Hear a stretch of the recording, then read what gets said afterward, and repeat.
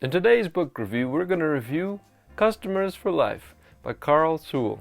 If you're unfamiliar with Carl Sewell, don't worry, I was too before reading the book.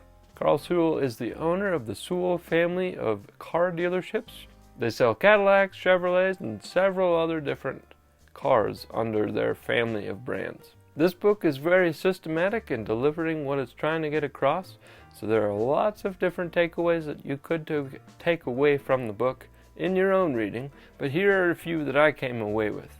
When it comes to having a customer for life, you really are looking at it as a long-term goal. But how do you accomplish this goal if you don't first know what customers want?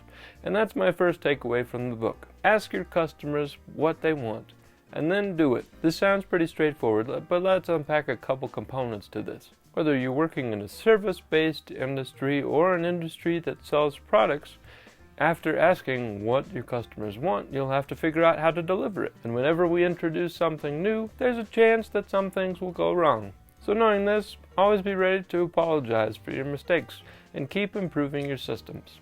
This is really the core message of the book. The road to having customers for life is really just building upon what you learn to get better and better service over time. Having customers for life is a process of establishing trust with people. Trust that you're going to provide the service that you promise you're going to provide, that you're going to do it in a timely and effective manner, that you're going to treat them with respect, and that you're going to care for them above and beyond just the everyday business of business. Carl Sewell mentioned a couple times in the book that their prices reflect the service that they want to provide. That is to say, if you are going to charge a premium price or even a standard price for your services, you have to go above and beyond what people are going to expect for the price of your services. This leads me to one of my other takeaways. As you build a business, how do you ensure that with every iteration of the business, you continue to provide the best service possible? The answer in the book is to hire the best and to make it an environment where the best love to come to work and love to do what they do. People commonly associate the best pay as a sign that you're in the best workforce, but oftentimes that's not the case. Oftentimes people just want a place where they can grow and have no boundaries to how much they can succeed in a company. So take the roof off of what your employees are able to earn and what they're able to do within the company. In the Sewell family of companies, and you may have perspectives on this as I do, a lot of the employees are paid as partners. That is to say, they're paid based on the amount of work that they put in. Certain positions aren't, such as the accountants and so forth, but with the service department and with the sales department, this is definitely the case. Does this make it harder to scale the business in the long term? I suppose you could say that, but on the other hand, it is encouraging people to do their best and bring their best to the workforce. There was an example of one particular employee, one particular person in the service department, I think, who was constantly of the impression that eventually they were going to adjust his pay to scale because he was paid on a percentage of the amount of work that he did. And he figured if he continued to keep growing and continued to keep making money, that eventually they'd tried to disperse that amongst the rest of the team. But to his continued surprise, Carl Sewell continued to have that same pay structure as this particular employee continued to grow.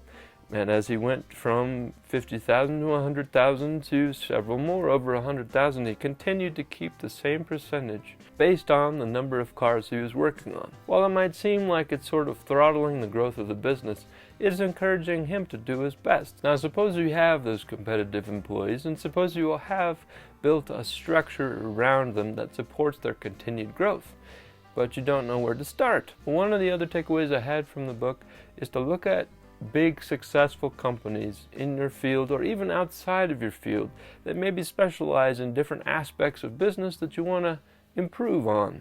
And the takeaway from this is borrow those systems. Make them your own. Figure out a way to fit them in your business.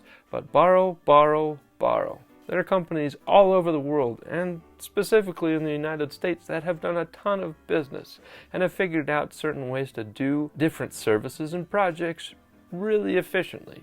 Take Marriott or Hilton, for example. They host thousands upon thousands of guests every single night, and so they have a great system for managing people. Now, there are some things that you wouldn't want to take away from those businesses, but those systems that you really want to perfect on, you can adjust so that they fit within your company and they still support people. The final takeaway that I'll address in this book is that having customers for life is a lot like being a bank and having your customers as account holders. Every time you do something for them, whether that's provide a good service, provide above and beyond what they're expecting, giving them a special gift, or something of that sort, you're adding deposits to that bank account. And every time you make a mistake or something breaks or something goes wrong, that's a withdrawal against the account. Carl Sewell describes those withdrawals as being 10 times the size of the deposits. So the key takeaway here is continue to give to your customers and make it a positive experience, from making good impressions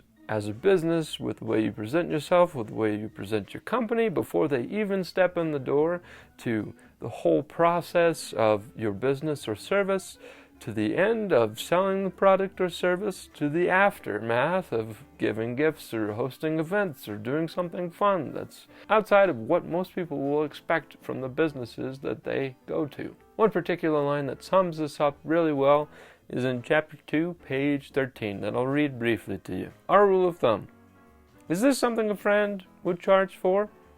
If you locked yourself out of your car and you called your friend, would he charge you for running a key over? No. Well, we won't either. With that said, that's the end of the video. If you liked it, please give it a big thumbs up and subscribe down below, and I will see you in the next video.